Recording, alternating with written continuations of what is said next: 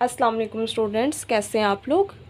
आज की वीडियो का हमारा टॉपिक है टॉप 10 फार्मूलाज जिनको आपने कोई भी टेस्ट पास करना हो, चाहे वो गेट का टेस्ट है, ई कैट, नेट, सेट, ग्री, जी मैट, डी कैट, कोई भी टेस्ट हो या किसी यूनिवर्सिटी का लोकल टेस्ट हो, कोई भी पास करना हो तो ये मैथ के कुछ फार्मूलाज आपको पता होना चाहिए और ये भी पता होना चाहिए इनका इम्प्लीमेंट कैसे करते हैं। तो आइए वीडियो को स्टार्ट करते हैं। हमारे पास फर्स्ट फार्मूला है क्वाड्रेटिक फार्मूला। तो वो क्या होता है, x is equal to minus B plus minus under root B square minus 4ac dividing by 2a। Okay, और इस फॉर्मूला को सोल्व करने के लिए हम यूज़ करते हैं किसका, क्वाड्रेटिक इक्वेशन का, जो हमारे पास होती है ax square plus B X plus C is equal to zero, इस फॉर्म में होती है। अगर इसकी एक एग्जांपल लेके सोल्व करें तो आ जाएगी हमारे पास एक equation 2x square minus 4x minus 6 is equal to zero. A क्या है 2, जो ए के एक्स स्केयर के साथ वो ए, एक्स के साथ बी, और जो सिंपल है वो सी। अब हम इन वैल्यूज़ को इस फॉर्मूला में पुट करते हैं तो x is equal to minus B minus into minus 4 plus minus under root B square यानी कि माइनस 4 का स्केयर माइनस 4, ए की क्या वैल्यू है 2 और सी की क्या है माइनस 6 डिवाइडिंग बाय 2 इंटू 2। तो इसको अगर हम मल्टीप्लाई करें तो क्या आएगा, माइनस माइनस प्लस माइनस 4 का स्केयर 16, माइनस का स्केयर वो प्लस में बदल गया, माइनस 4 टू ज़ा 8 और 8 6 ज़ा 48, और ये माइनस और ये वाला माइनस मिलके क्या बन गया प्लस, 2 टू ज़ा 4। मज़ीद हम इसको अगर सिंप्लीफाई करें तो 4 plus minus 64, 16 plus 48 dividing by 4, तो आ जाएगा x is equal to under root 64 हमारे पास इक्वल होता है 4 प्लस माइनस 8 डिवाइडिंग बाई 4। अब ये हमारे पास एक प्लस में वैल्यू बनेगी, एक माइनस में। इसको अगर हम मज़ीद सोल्व करें तो वो आ जाएगा x is equal to 4 plus 8 dividing by 4 comma x is equal to 4 minus 8 dividing by 4। 4 plus 8 कितना होता है 12, 12 डिवाइडिंग बाई 4, तो कटिंग की 4 1 ज़ा 4 3 ज़ा 12, तो x की क्या वैल्यू आ गई 3। एक x की वैल्यू आ गई। अब दूसरे की निकालते हैं, x is equal to 4 minus 8 minus 4 by 4, 4 1 ज़ा 4 4 1 ज़ा 4 और x इक्वल टू माइनस 1। ये हो गया फर्स्ट फार्मूला कंप्लीट, हमने उसकी एग्जांपल भी सॉल्व कर ली। अब चलते हैं नेक्स्ट फार्मूला की तरफ। नेक्स्ट फार्मूला है हमारे पास डिस्टेंस फार्मूला। अगर हम इसके फार्मूला की बात करें तो d मीन्स डिस्टेंस, और इसका फार्मूला है x2 माइनस x1 का square plus y2 minus y1 का स्केयर। डिस्टेंस फार्मूला में ये चीज़ मस्ट याद रखनी है कि ब्रैकेट के अंदर माइनस है और ब्रैकेट के बाहर प्लस है।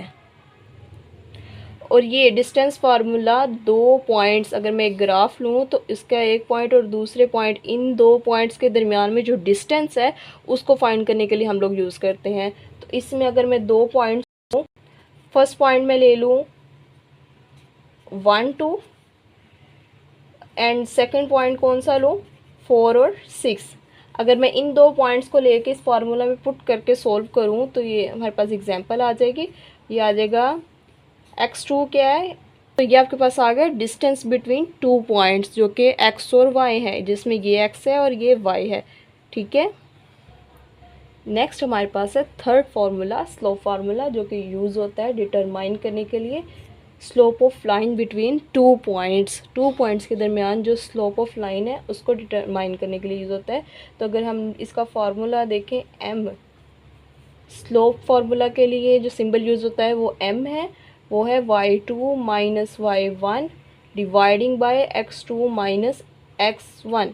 अगर मैं इसकी ये एग्जांपल लूँ तो मेरे पास दो पॉइंट और 2 3 एंड 5 एंड 11, इसमें मेरे पास ये x1 x2 y1 y2। अगर मैं इनको फॉर्मूला के अंदर पुट करूँ तो पहली वैल्यू क्या लिखनी है मैंने, y2 तो वो क्या है 11 माइनस y1 क्या है 3 डिवाइडिंग बाय y x2 क्या है 5 माइनस x1 क्या है 2। अगर मैं इसको सोल्व करूँ तो m is equal to 11 minus 3 which is equal to 8 dividing by 5 minus 2 is equal to 3। तो ये हमारे पास स्लोप आ गई बिटवीन 2 पॉइंट्स। नेक्स्ट हमारे पास फॉर्मूला है Pythagoras theorem. Pythagoras theorem formula है हमारे पास A square plus B square is equal to C का स्क्वायर। पैथागोरस थ्योरम अप्लाई होता है राइट एंगल ट्राइंगल में, जिसके हमारे पास दो साइड्स दी होती हैं, हम लोगों ने थर्ड फाइंड करनी होती है। ये आप फिर ऐसे कर लें, इसका हाइपोटेन्यूस बेस और परपेंडिकुलर दिया, हाइपोटेन्यूस फाइंड करना है, या परपेंडिकुलर और सॉरी हाइपोटेन्यूस और परपेंडिकुलर दिया हुआ है और बेस फाइंड करनी है, थर्ड क्वांटिटी कोई भी फाइंड करनी है। तो अगर मैं इसकी एग्जांपल्स लूँ,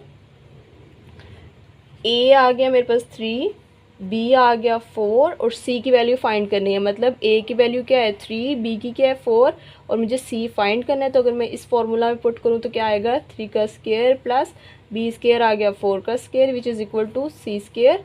तो आए 3 का स्क्वायर 9, 4 का square 16 is equal to C square. तो ये आ गया 25 के बराबर। आगे हम इसका क्या लेते हैं, under root both side. Under root लिया तो क्या आया 25 का under root is equal to C square का अंडर रूट, इससे काट गया और 25 आ गया 5। सी की क्या वैल्यू आ गई मेरे पास 5। नेक्स्ट फार्मूला है सिंपल इंटरेस्ट फार्मूला, जो हमारे पास होता है I is equal to P multiply R multiply T dividing by 100। इसमें जो पी होता है वो हमारे पास क्या होता है प्रिंसिपल, आर मीन रेट जो कि परसेंट में होता है, और टी मीन टाइम जो कि ईयर्स में होता है। I mean interest. अगर मैं इसके एक एग्जांपल लूँ तो जिसमें मैं प्रिंसिपल लूँ 1000, रेट ले लूँ इसका 5% और उसका टाइम ले लूँ 3 इयर्स का।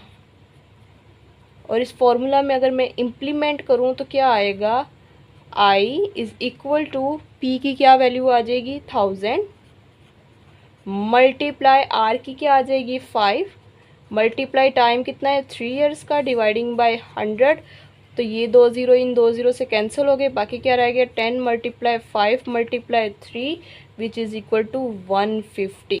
वीडियो अच्छी लगी हो तो वीडियो को लाइक करना और चैनल को सब्सक्राइब करना बिल्कुल ना भूलिएगा, और अपनी राय का इज़हार कमेंट में ज़रूर दीजिएगा। ये बिल्कुल ना बताना भूलिएगा कि नेक्स्ट वीडियो किस टॉपिक पे ऐड की जाए। नेक्स्ट फार्मूला है हमारे पास कंपाउंड ऑफ इंटरेस्ट का फार्मूला, जो कि होता है A is equal to P into 1 plus R dividing by 100 whole power T, जिसमें वही आ जाता है P mean principal, R mean rate और टी मीन टाइम। वही चीज़ें हम लोगों ने निकालनी है। अगर मैं इसकी एक एग्जांपल लूँ तो मैं प्रिंसिपल लूँ 1000, रेट ले लूँ 5% और उसका जो टाइम है वो ले लूँ 2 इयर्स का। और अगर इस फार्मूला को इसमें मैं पुट करूँ तो क्या आएगा, A is equal to 1000 principal की value into 1 plus 5 dividing by 100 whole power 2। इसको अगर मैं सोल्व करूँ तो क्या आएगा 1000, 100 को 1 से मल्टीप्लाई किया 100 प्लस 5 डिवाइडिंग बाय 100 का स्क्वायर, तो ये आ जाएगा 100 या इंटू या मल्टीप्लाई जो मर्ज़ी लगा लें 1.1025, और इसका आंसर आ जाएगा मेरे पास 1102.50।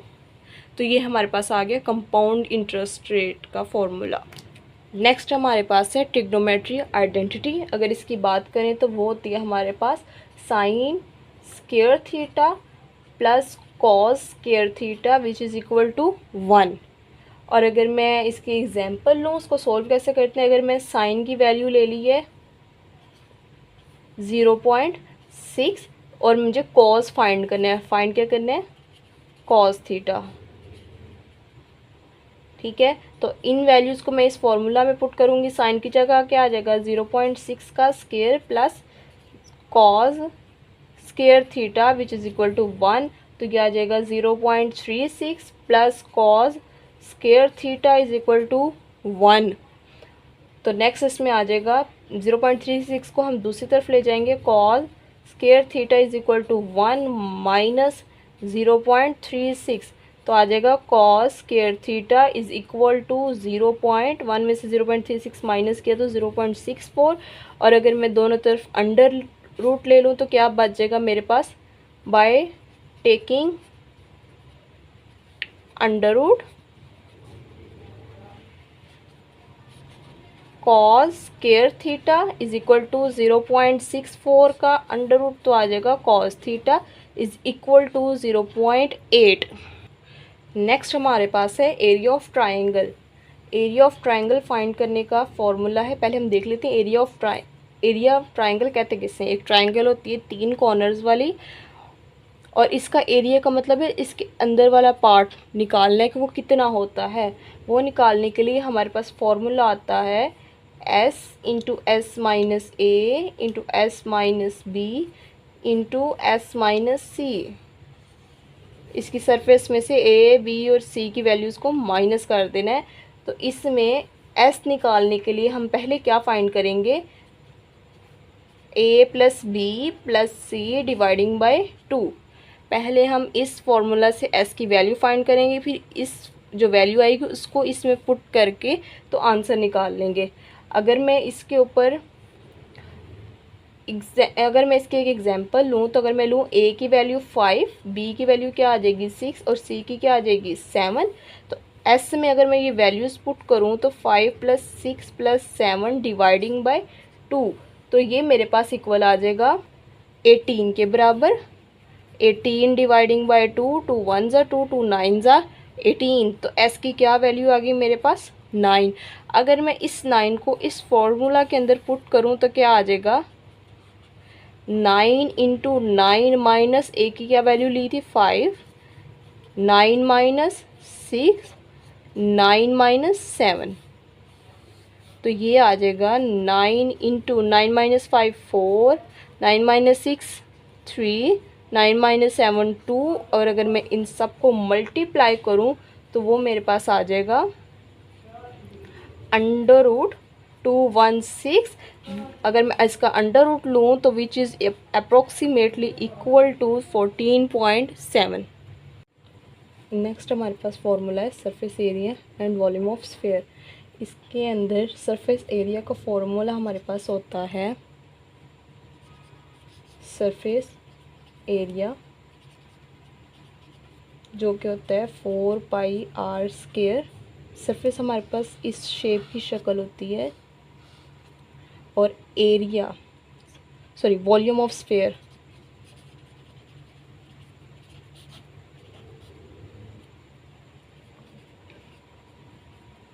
वो क्या होता है 4/3 पाई आर का क्यूब।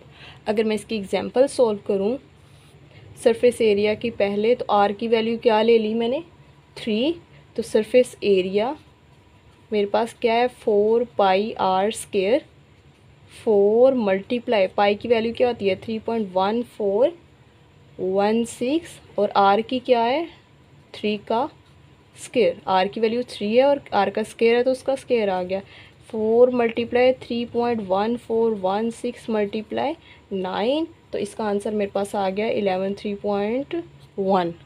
अगर मैं वॉल्यूम ऑफ स्फीयर फाइंड करूँ तो क्या फार्मूला है? ये वाला, और इसी में आर की वैल्यू भी सेम वही रखती हूँ जो मैंने सरफेस एरिया में रखी है, तो वो क्या आ जाएगा 4/3 मल्टीप्लाई पाई की वैल्यू जो मैंने यहाँ पे यूज़ की 3.1416 मल्टीप्लाई 3 का क्यूब, तो ये आ जाएगा 4/3 मल्टीप्लाई 3.1416 मल्टीप्लाई 27, 3 1 ज़ा 3, 3 9 ज़ा 27, तो मेरे पास आंसर आ जाएगा 4 मल्टीप्लाई 3.1416 मल्टीप्लाई 9, तो ये इक्वल होता है 11.3.1। नेक्स्ट हमारे पास फॉर्मूला है derivative of power function. Power function का डेरिवेटिव, अगर मैं इसका फॉर्मूला लिखूं तो वो है d/dx x पावर n, यानी कि फंक्शन की पावर हो तो उसके लिए हम करते हैं कि पावर पहले और पावर में से एक कम। n कोई भी नंबर हो सकता है, n मैं पहले भी ले आई और पावर में से एक कम भी कर दिया। ये आपके पास power function, derivative of power function का फॉर्मूला है। तो अगर मैं एग्जांपल लूँ इसकी, f(x) is equal to x की पावर 5, n की जगह 5, x वैसे ही, तो f(x) एक फंक्शन है। तो अगर मैं इसका डेरिवेटिव लूँ तो वो आ जाएगा, फॉर्मूला में क्या है, पावर पहले पावर में से एक कम, तो क्या आ जाएगा 5x की पावर 4। तो ये हमारे पास आंसर आ गया। ये हमारे 10 फार्मूलाज कंप्लीट हो गए हैं। वीडियो को लाइक करना और चैनल को सब्सक्राइब करना बिल्कुल ना भूलिएगा। Thank you so much.